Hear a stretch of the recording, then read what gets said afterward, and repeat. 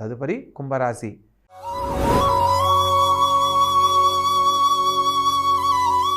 ఈ యొక్క కుంభరాశి జాతకులను కనుక మనం పరిశీలించినట్లయితే లగ్నంలో శని భగవంతుడు చంద్రుడు సంచరిస్తున్న కారణంగా ముఖ్యమైన విషయాలలో ఎంత చక్కగా ఆచరించినప్పటికీ కొన్ని సందర్భాల్లో మీరు మూర్ఖంగా కఠినంగా ఖచ్చితంగా తీసుకునే నిర్ణయాల వల్ల మాత్రమే చేయబోయే పనుల్లో ఇబ్బందులు ఎదురవుతాయన్న సత్యాన్ని గమనించాలి. ద్వితీయ స్థానంలో రాహుగ్రహ సంచారం చేత ముఖ్యమైన విషయాలలో మీరు పట్టువదలని విక్రమార్కుల్లాగా చేసే ప్రయత్నమే మిమ్మల్ని విజయవంతులుగా చేస్తుంది. తృతీయ స్థానంలో గురుగ్రహ సంచార రీత్యా తోడబుట్టిన వారి సలహా మేరకు చేసే ప్రతి పనిలో కూడా విజయం లభిస్తుంది. ఎప్పటి నుంచో దూరమైన కుటుంబ సభ్యులను దగ్గర కావడానికి ఇది అనుకూలమైన కాలంగా చెప్పడం జరుగుతుంది. అదేవిధంగా అష్టమ స్థానంలో కేతుగ్రహ సంచారం జరుగుతున్న క్రమంలో ఆరోగ్య విషయంలో ఒకటి జాగ్రత్తలు తప్పనిసరిగా పాటించాలి. ప్రత్యేకించి ప్రయాణాలలో ఆచితూచి వ్యవహరించి బండి నడపాలి.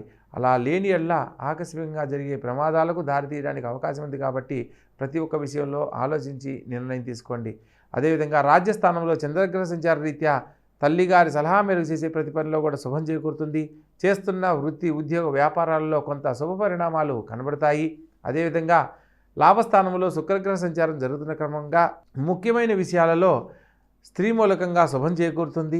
ప్రత్యేకించి సినిమా రంగాల్లో రాణించాలనుకున్న వారికి నూతన అవకాశాలు లాభిస్తాయి. ప్రత్యేకంగా వ్యయ స్థానంలో రవిబుధులు మరియు కుజుడు సంచరిస్తున్న కారణంగా తండ్రి గారితో వాగ్వివాదాలకు వెళ్ళకూడదు. నూతన వ్యాపార ప్రయత్నాలను ఈ సమయంలో ఆచరించకపోవడం ఎంతో మంచిది అన్న సత్యాన్ని తెలుసుకోవాలి. ప్రత్యేకంగా కుజుడు కూడా సంచరిస్తున్నాడు కాబట్టి ప్రయాణాలు దూర ప్రాంత ప్రయాణాలు చేసేటప్పుడు అక్కడ జాగ్రత్తలు పాటించాలి. దూర ప్రాంత ప్రయాణాలను వీలుగాని పక్షంలో వాయిదా వేయడం మంచిది.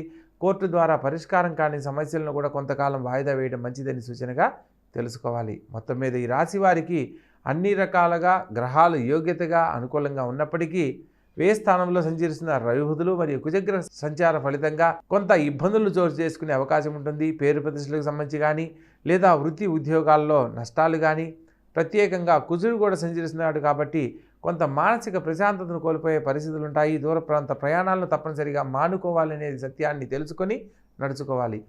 మొత్తం మీద ఈ రాశి వారికి ఇలా గనక ఆచరించినట్లయితే తప్పనిసరిగా భవిష్యత్తుకు సంబంధించి ఏదైతే సమస్యగా ఎదుర్కొనబోతున్నారో ఆ సమస్యలు తొలగిపోయి ఆనందకరమైన జీవితంలో స్థిరపడతారు. ప్రత్యేకించి పేరు ప్రతిష్టలకు సంబంధించిన భంగం కలగకుండా సూర్యభగవంతుడిని ఓం నమో భాస్కరాయ నమః అని ఒక 6 సార్లు సూర్యభగవంతునికి నీటిని వదలడం ఎన్నో రకాల శుభ ఫలితాలను కల్పిస్తుంది. ప్రత్యేకంగా బుధగ్రహానికి సంబంధించి ఈ వారంలో విష్ణు సంబంధమైన ఆలయ సందర్శనం చేయండి. అనేక రకాల శుభాలు కలుగుతాయి. కాబట్టి ఆచరించండి, ఆనందకరమైన జీవితంలో జీవించండి.